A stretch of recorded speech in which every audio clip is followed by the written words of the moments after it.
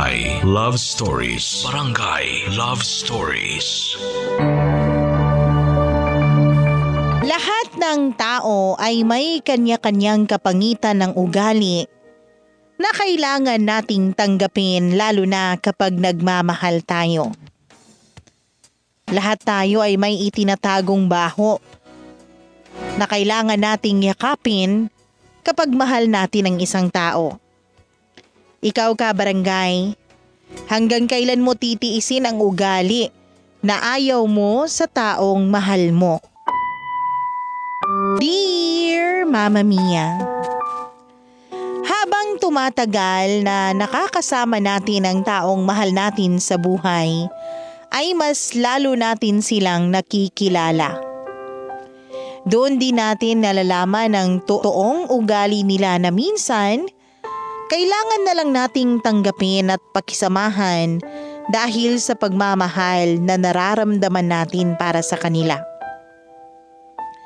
Isang mapagpalang araw sa inyo, Mama Mia, at sa mga kabarangay nating nakikinig ngayon sa inyong programang Barangay Love Stories. Itago niyo na lamang ako sa pangalang Jane, 34 years old at may-ari ng isang maliit na ukay-ukay at masugid niyong tagapakinig. Sa totoo lang, Mama Mia, hindi madali para sa akin ang ginagawa kong pagsulat nitong kwento na gusto kong ibahagi sa inyo. Pero gagawin ko pa rin dahil gusto ko na kahit paano ay mabawasan ang bigat na nararamdaman ko dito sa aking dibdib. Halos 1 taon pa lang noon ang relasyon namin ni Erwin nang magdesisyon kaming magpakasal na. Pareho na rin kasi kaming walang mabigat na responsibilidad sa aming pamilya. At may kanya-kanyang pinagkakakitaan kaya pumayag na kaagad ako nang alukin niya ako ng kasal. Naging maayos naman ang unang buwan ng pagsasama namin bilang mag-asawa. Pero dahil yun din ang unang pagkakataon na nagsama kami sa iisang bahay, doon lang din namin nagsimulang makilala ang totoong ugali ng bawat isa.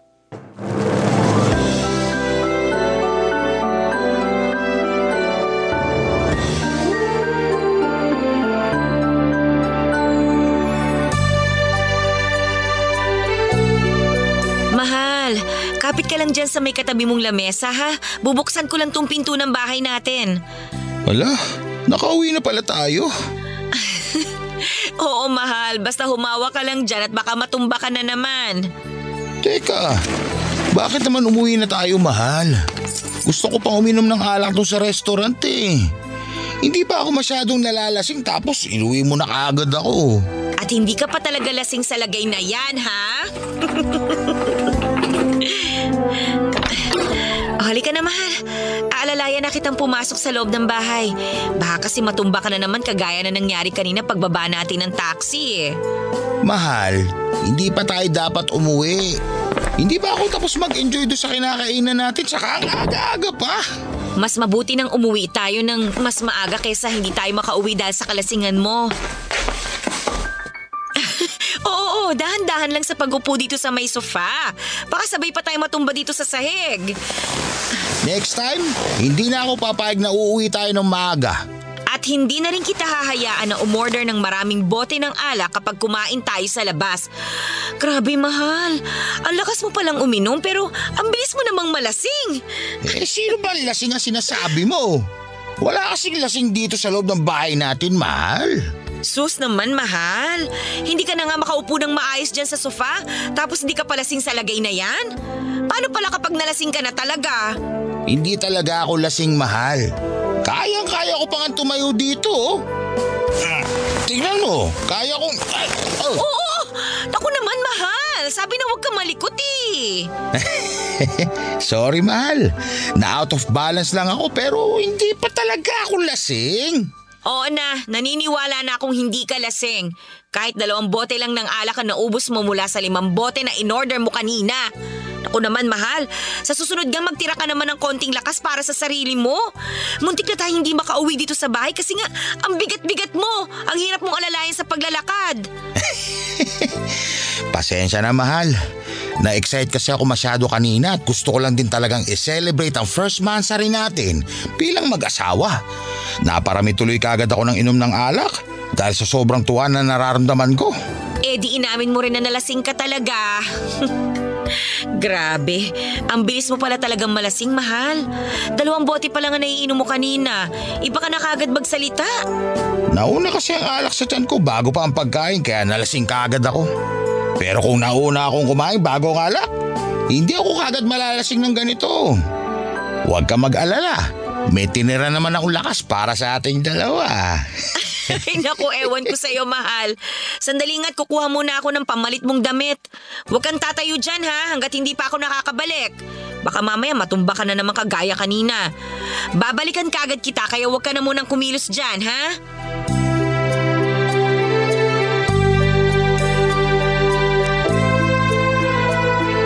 Mama Mia, nang maging mag-asawa kami ni Erwin, ay dun ko lang nalaman na malakas pala siyang uminom ng alak. Tapos madali rin siyang malasing. Kaya naman kapag kumakain kami sa labas, palagi ko siyang pinapaalalahanan na hindi siya pwedeng uminom ng marami dahil ako ang nahihirapan na alalayan siya pa uwi. Napapadalas din noon ang pag-uwi niya sa bahay galing sa trabaho na lasing na siya. Ang dahilan niya noon ay hindi niya matanggihan ang pag-imbita sa kanya ng mga katrabaho niya. Wala naman ako nakikitang problema sa kanya noong una, Mama Mia. Para kasi sa akin ay normal na sa isang tao, lalo na sa lalaki, ang mag-enjoy sa pamamagitan ng pag-inom ng alak. Wala pa rin naman kaming anak noon kaya wala kaming mabigat na gastusin sa bahay. Isa pa, mabait ang asawa ko, Mama Mia, at hindi kagaya ng ibang lalaki na nagbabago ang ugali o nananakit kapag nalalasing na. Kaya naman naging ayos lang sa akin ang ginagawa ni Erwin noon na pag-inom-inom ng alak kasama ang mga katrabaho niya.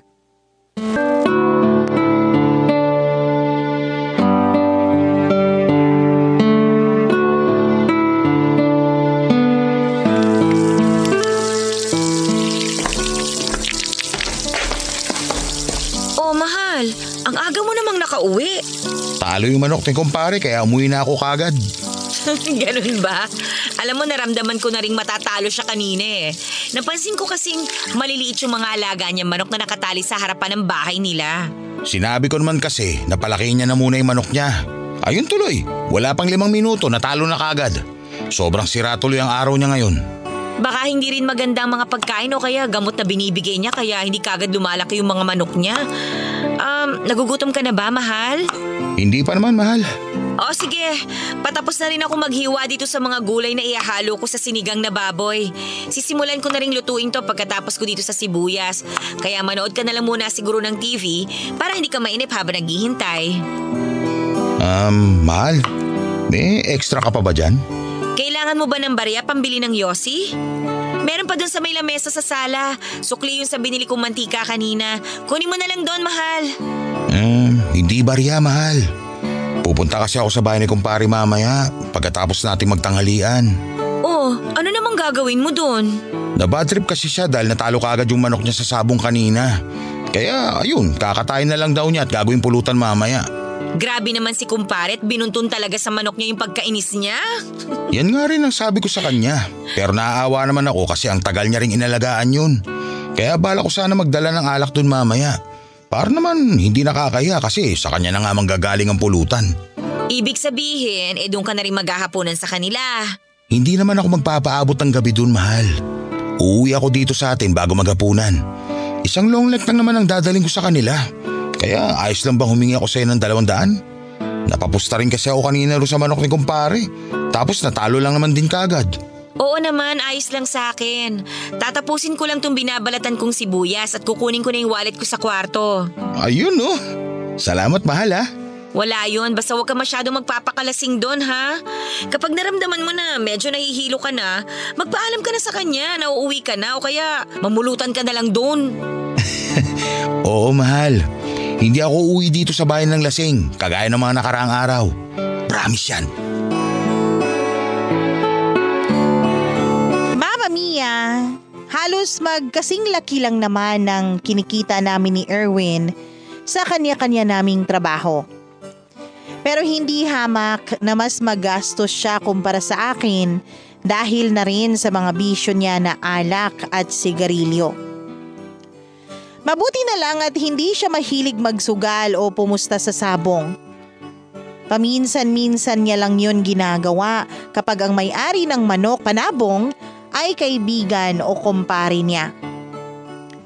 Pero malakas talaga ang gastos niya pagdating sa alak at sigarilyo.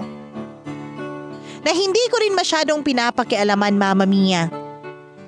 Kanya-kanya kasi kami ng setup pagdating sa pera namin noon kahit mag-asawa na kami. Kaya rin mas mabilis na nauubos ang pera ni Erwin dahil hindi rin siya marunong mag-ipon. Naisip ko noon, Mama Mia, na kaya siguro hindi pa rin kami binibayayaan ng Diyos ng anak kahit na mag-isang taon na ang aming kasal, ay dahil alam ng Diyos na hindi pa kami parehong handa para sa isang mabigat na responsibilidad. Pareho siguro kami ni Erwin na hindi pa handa na maging isang kompletong pamilya, lalo na siya.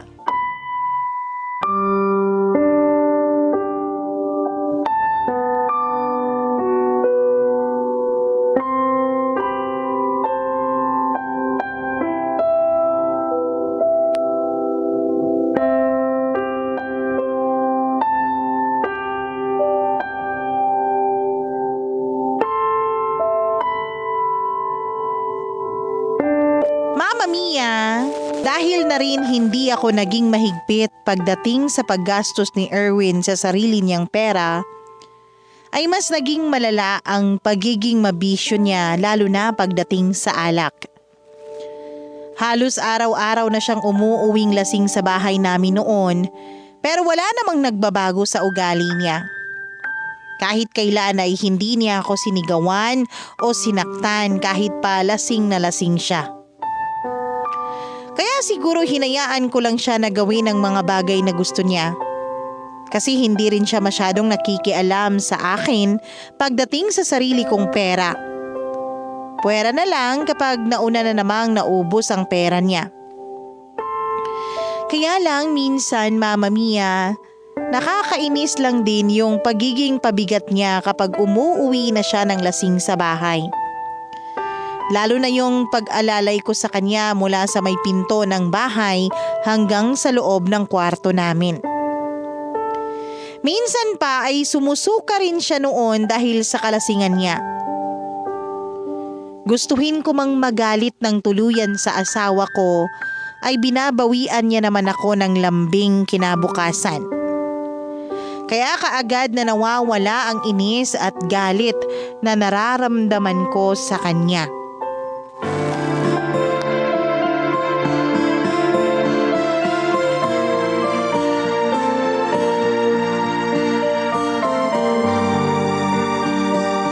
Inom lang ng inom mga pare.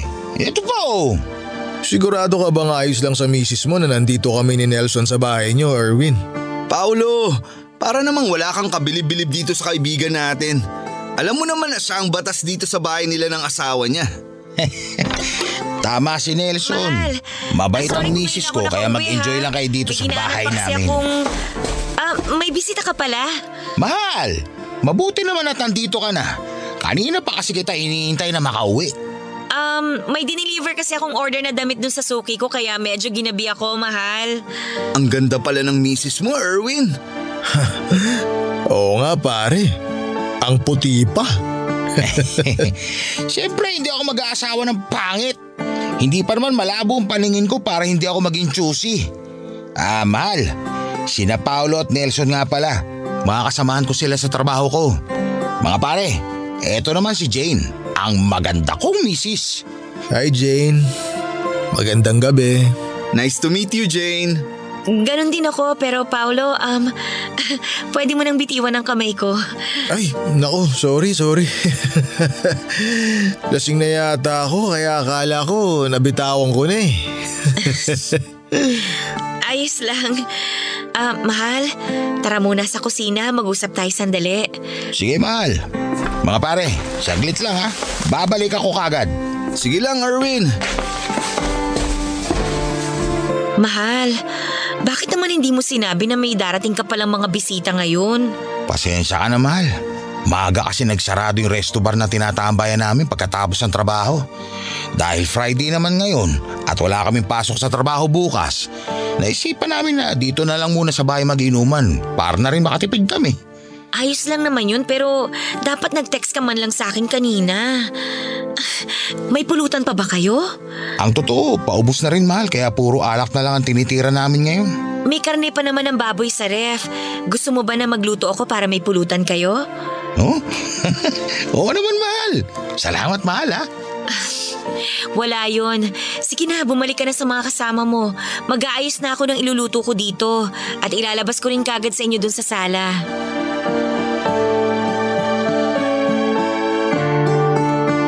Noon pa man, Mama Mia, ay kilala ko na si Erwin bilang palakaibigan na tao. Kaya nga, halos lahat ng tao sa lugar namin ay kumpare ang tawag sa kanya dahil palagi siyang kinukuhang ninong sa binyag ng mga anak ng mga ito. Alam ko na ganun din siya sa trabaho kaya marami na rin akong nakikilalang kaibigan niya noon. Pero sa lahat ng mga nakikilala kong kaibigan ng asawa ko, Mama Mia, ang mga katrabaho niyang sina Paulo at Nelson ang pinaka hindi ko nagustuhan sa lahat. Wala naman silang hindi magandang pinakita sa akin noon pero mabigat talaga ang loob ko sa kanilang dalawa. Pakiramdam ko pa sila yung mga taong hindi gagawa ng mabuti sa kapwa nila. Iba kasi ang mga tingin na ginagawa nila sa akin na hindi ko alam kung hindi ba napapansin ng asawa ko. Pero sa huli medyo na-guilty pa rin ako noon dahil sa pag-iisip ko ng mga ganoong bagay sa kanila. Kasi hindi ko pa naman talaga sila kilala para pag-isipan sila ng masama. Kaya naman, Mama Mia, kahit hindi ako komportable kay Nelson at kay Paulo, ay hindi ko na lang yun sinabi pa sa asawa ko.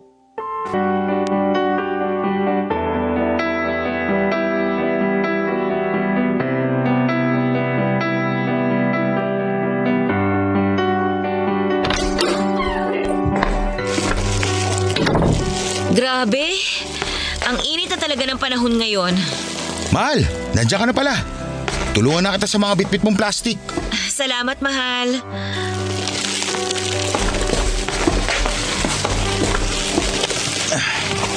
Dito ko na lang sa mesa ilalagay itong plastik ng mga gulay at isda. Sige, mahal. Salamat ulit. Teka, bakit pawis yung mukha mo at dibdib mo? Mas pawis ka pa sa akin samantalang ako yung namalengke. Naglinis kasi ako ng buong bahay.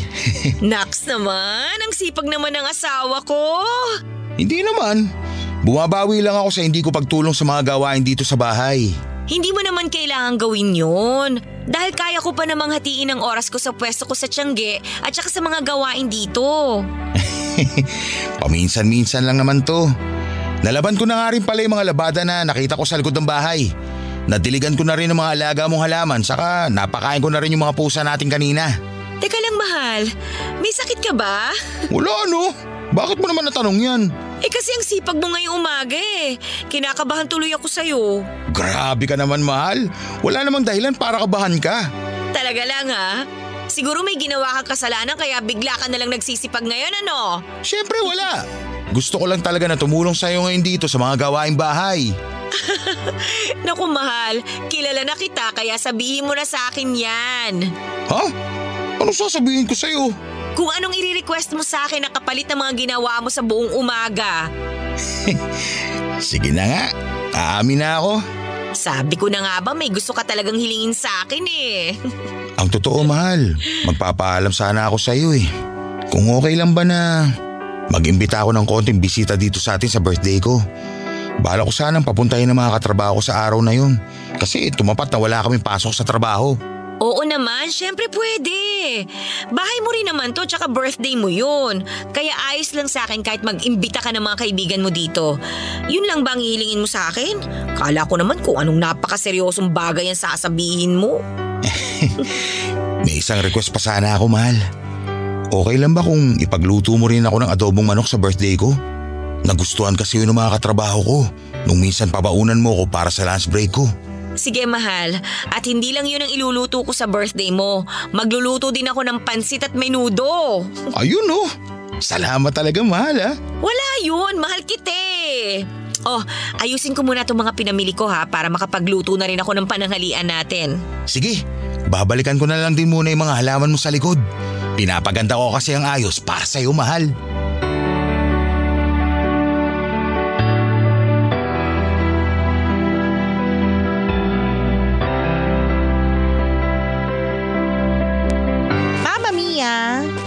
Kilala ko na ang asawa kong si Erwin, lalo na kapag may mga bagay siyang gustong hilingin sa akin. Kaya ng araw na yun na napakasipag niya sa mga gawaing bahay, alam ko na kaagad na may ire-request siya sa akin. Balak ko na rin naman talagang magluto at maghanda ng mga pagkain para sa birthday niya noon, Mama Mia. Pero ang gusto ko sana, kami lang kasama ang mga pamilya namin ang magsa-celebrate para sa espesyal na araw na yun. Pero syempre hindi ko na tinanggihan pa ang request ng asawa ko. Ang sabi naman niya, konti lang ang inimbitahan niya na mga katrabaho at kaibigan sa bahay. Sumang-ayon na lang ako sa mga sinasabi niya noon kahit ang totoo, Mama Mia. May bahagi ng sarili ko na humihiling noon na sana hindi kasama sa mga iimbitahin ni Erwin ang mga kaibigan at katrabaho niya na sina Paulo at Nelson. Mama Mia, mas marami sa inaasahan ko ang bisitang dumating sa bahay namin sa birthday celebration ng asawa ko. Mga pamilya namin, kamag-anak at iba pang mga kaibigan. Mabuti na lang at napaghandaan ko pa rin ang espesyal na araw na yon. At kahit halos wala na akong tigil sa pagluluto at pagkilos, ay napapalitan naman noon ng tuwa ang pagod ko sa tuwing nakikita kong masaya ang asawa ko sa araw na yon. Mabuti na lang din at mabilis din akong magluto kaya hindi ko na kinailangan pang humingi ng tulong sa ibang tao. Pahapon na at konti na lang ang bisita sa bahay namin noon nang dumating sina Paulo at Nelson, Mama Mia. At mula nang dumating sila sa bahay ay halos hindi na umalis sa lamesa ang asawa ko na panay na ang inom ng alak kasama silang dalawa. Hanggang sa umuwi na nga ang halos lahat ng bisita at tanging sina Nelson at Paulo na lang ang kainuman ng asawa ko na nasa bahay pa rin namin.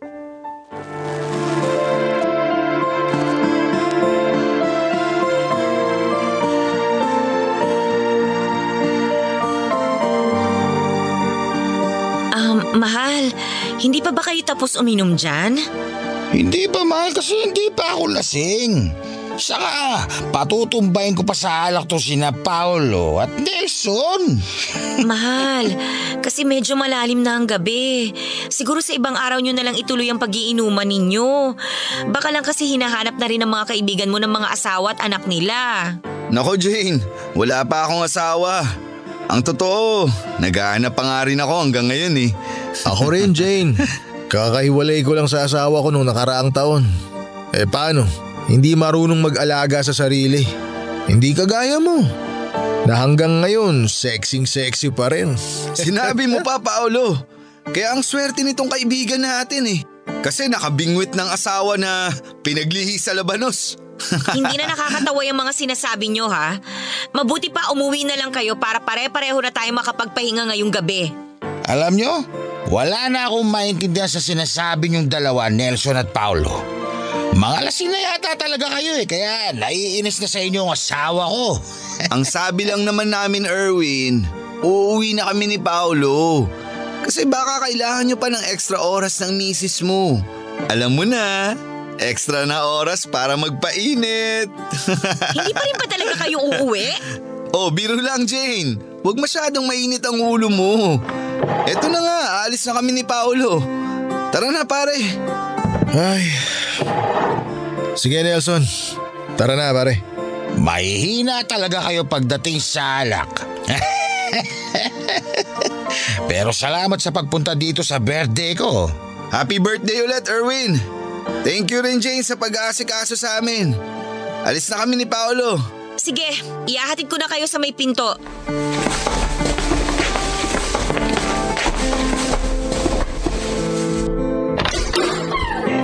Erwin, alis na kami. Jane, salamat. Mag-iingat kayo. Bye.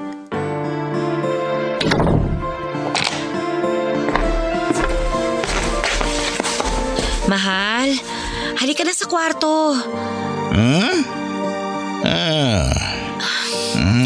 Ang sabi ko, halika na sa kwarto. Aalalayan na kitang tumayo kaya huwag ka na munang pumikit dyan. Mahal, mamaya ka na matulog. Halika na muna sa kwarto. Mahal. Ano ba naman yan? Nakatulog na yata siya sa upuan niya.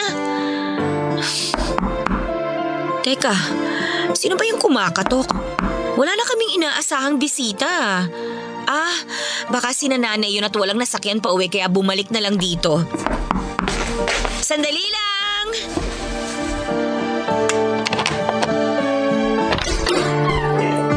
Hi, Jane. Nelson, Paulo, bakit kayo bumalik? May nakalimutan ba kayo? Oo. Nakalimutan namin na may pagkain pa nga pala kaming hindi pa natitikman dito sa bahay niyo. Aray! Ano ba? Bitiwan mo ang buhok ko, Paulo! Sige, Nelson. Isara mo na yung pinto. Siguraduhin mo nakakandado, ha? Sige, pare. Umalis na kayo dito, parang awa niyo na! Wala naman kayo mananakaw dito sa bahay namin eh! Wala naman talaga kaming balak na kawin dito sa bulok na bahay ninyo eh. May gusto lang kaming hiramin ni Nelson mula sa asawa mo. At ikaw yun. Ano bang ibig niyo sabihin? Umalis na kayo dito, parang awa niyo na! Erwin! Erwin, tulungan mo! Dami mong sinasabi! Manahimik ka nga! Paulo, kahit naman magsasigaw yung babae na yan, hindi na magigising yung asawa niya. Dahil lasing na oh. Sinabi mo pa. Kaya magpapakasawa tayo sa masarap na pulutan natin ngayong gabi, pare. Maawa na kayo sa akin! Wala akong kasalanan sa inyo! Tara, doon tayo sa kwarto niyo. Erwin! Oh, Nelson, dahan-dahan lang. Erwin, gumising ka dyan! Hindi tayo ron. Erwin, tulungan mo ako dito!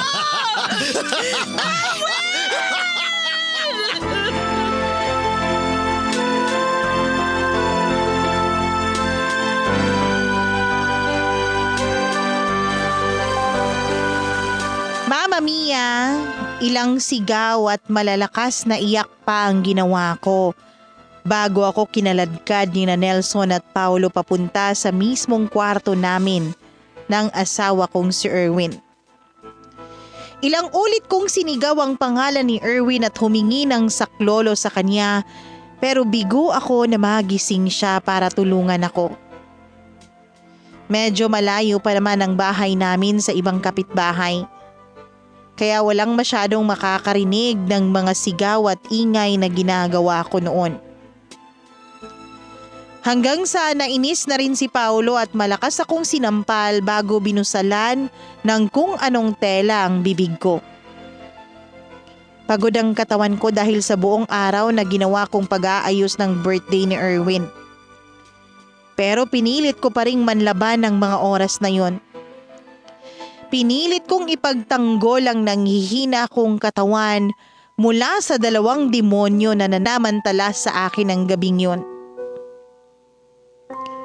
Pero naging bigo pa rin ako at tuluyan na nga nilang nagawa ang kahayupan na nais nila sa katawan ko, Mama Mia.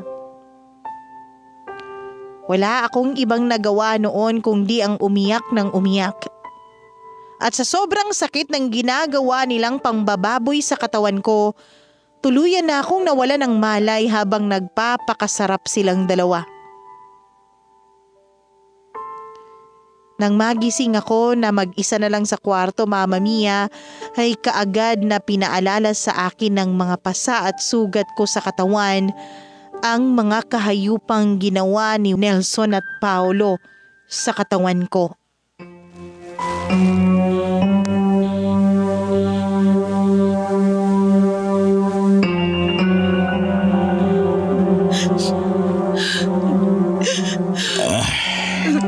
Ang sakit ng ulo ko, grabe.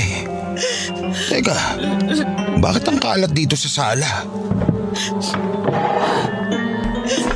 Mahal? Mahal, nasan ka? Mahal? Ano nangyari sa'yo?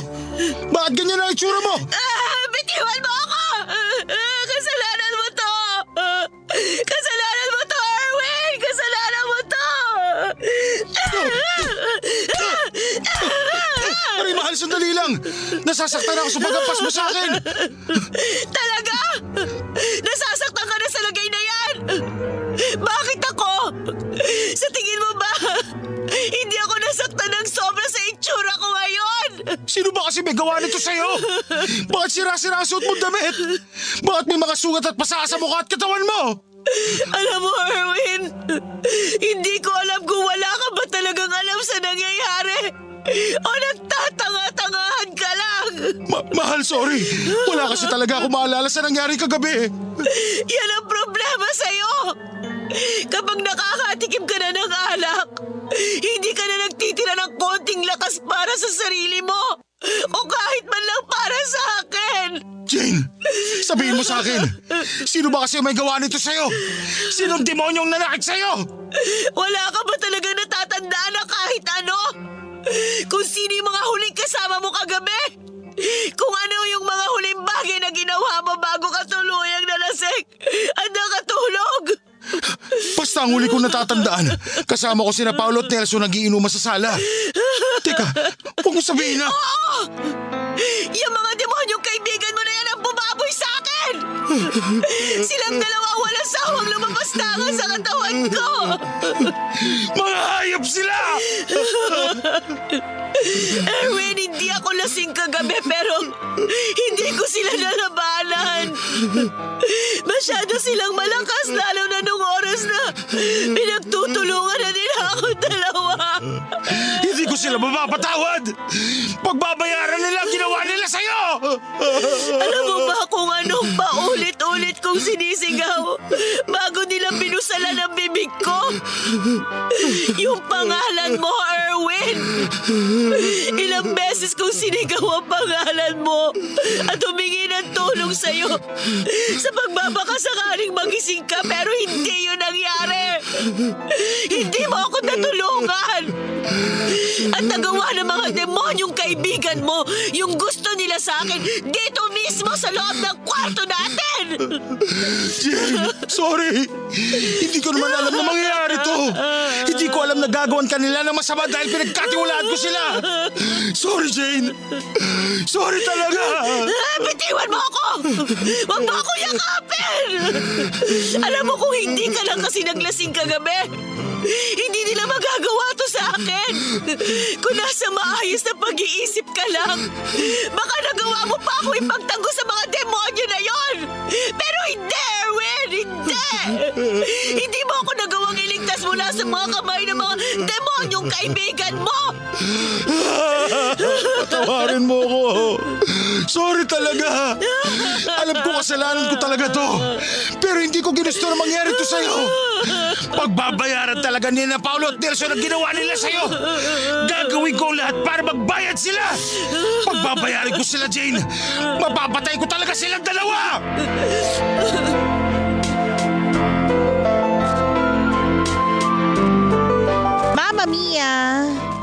Pilit kong pinagtabuyan si Erwin palabas ng kwarto namin kahit nakayakap siya sa akin.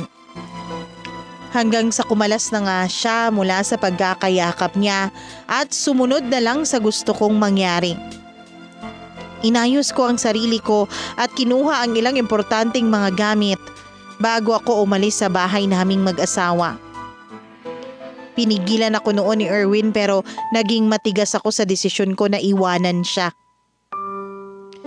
Dumiretso ako sa bahay ng nanay ko at doon ay sinabi ko sa kanya ang nangyari sa akin. Naiyak na lang din siya sa galit at awa na naramdaman niya dahil sa kwento ko. At sinabi niya na tutulungan niya ako na makuha ang katarungan na para sa akin. Kaagad kaming nagsampa ng kaso laban kina Nelson at Paulo, Mama Mia. Pero hindi na sila nahuli ng mga pulis. Wala na raw silang dalawa sa mga kani-kanilang tinutuluyang bahay. Ang asawa ko namang si Erwin ay hindi huminto sa pagsuyo sa akin at nangako na magbabago na siya at titigilan na ang lahat ng mga bisyo niya. Hindi ko kaagad siya pinatawad, Mama Mia, dahil sa totoo lang, naging malaki talaga ang galit ko sa kanya noon. Pakiramdam ko kasi siya ang punot dulo ng lahat kung bakit ako nagawa ng masama nina Paulo at Nelson.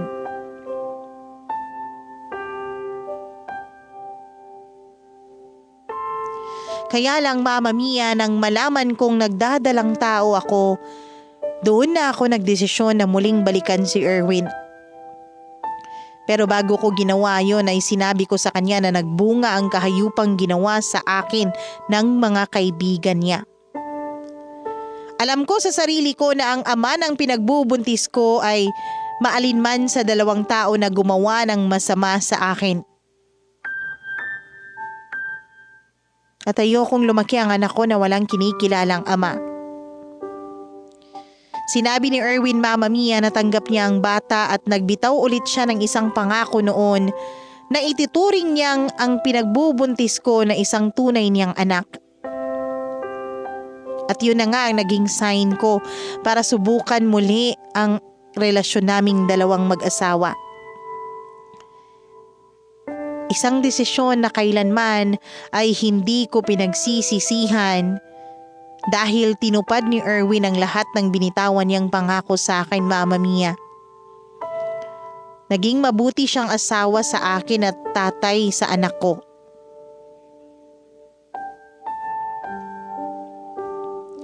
Bago ako makapanganak noon, Mama Mia, ay nalaman ko na napatay pala sina Nelson at Paulo sa isang engkwentro ng nakawan na malapit sa aming lugar kung saan sila nagtatago. Alam kong masamang mag-isip ng masama sa kapwa pero napadasal talaga ako ng pasasalamat dahil sa nangyari sa kanila.